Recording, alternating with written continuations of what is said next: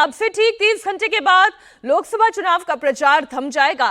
सातवें और आखिरी चरण में 1 जून को 8 राज्यों में 57 सीटों पर वोट डाले जाने हैं। इसके प्रचार का कल आखिरी दिन है।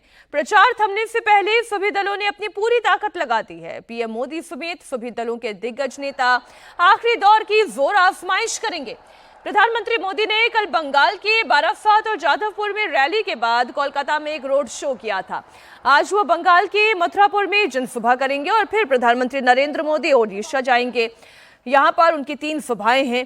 मोदी बंगाल और ओडिशा में तो गृह मंत्री अमित शाह उत्तर प्रदेश में और सीएम योगी आदित्यनाथ आज पूर्वांचल में मोर्चा संभाल रहे हैं। योगी और अमित शाह 4-4 रैलियां करने जा रहे हैं। रैलियों के बाद योगी गोरखपुर में रोड शो करेंगे तो अमित शाह गाजीपुर में रोड शो के जरिए शक्ति प्रदर्शन करेंगे।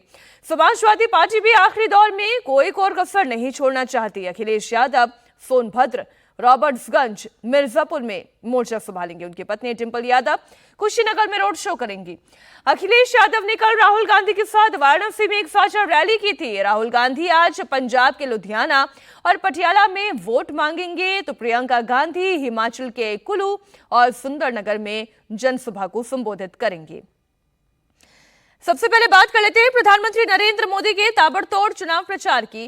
प्रधानमंत्री मोदी आज फिर बंगाल और ओडिशा में चुनावी हुंकार भरेंगे। पीएम मोदी अब से थोड़ी देर के बाद ही बंगाल के मथुरापुर में रैली को संबोधित करने वाले हैं। मथुरापुर बंगाल के उन 9 सीटों में से एक है जहां आखिरी दौर में मतदान होना है।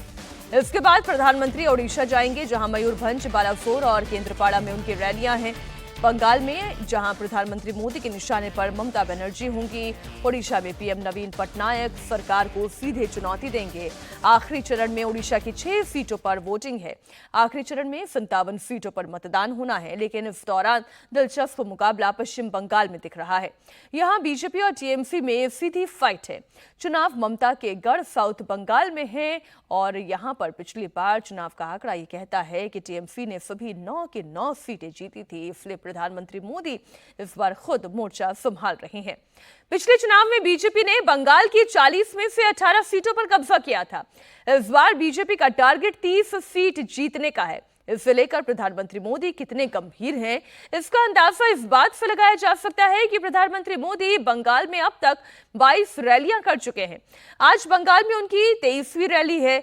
मोदी ने इसमें से 4 रैलियां चुनाव की तारीख का ऐलान होने से पहले की थी, जबकि उसके बाद अब तक 18 जनसभा वो संबोधित कर चुके हैं।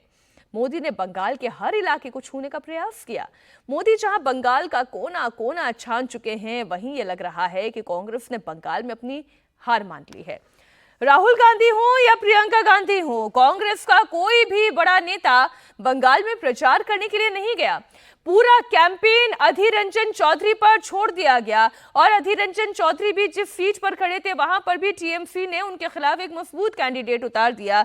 तब आप ये समझे अधीर रंजन चौधरी से कांग्रेस को कोई नाराजगी है या अधीर रंजन चौधरी और ममता बनर्जी की फाइट इतनी है कि कांग्रेस ममता बनर्जी के साथ खड़ी होती है। ये तो चलिए पश्चिम बंगाल का जो नतीजा आएगा वो बताएगा।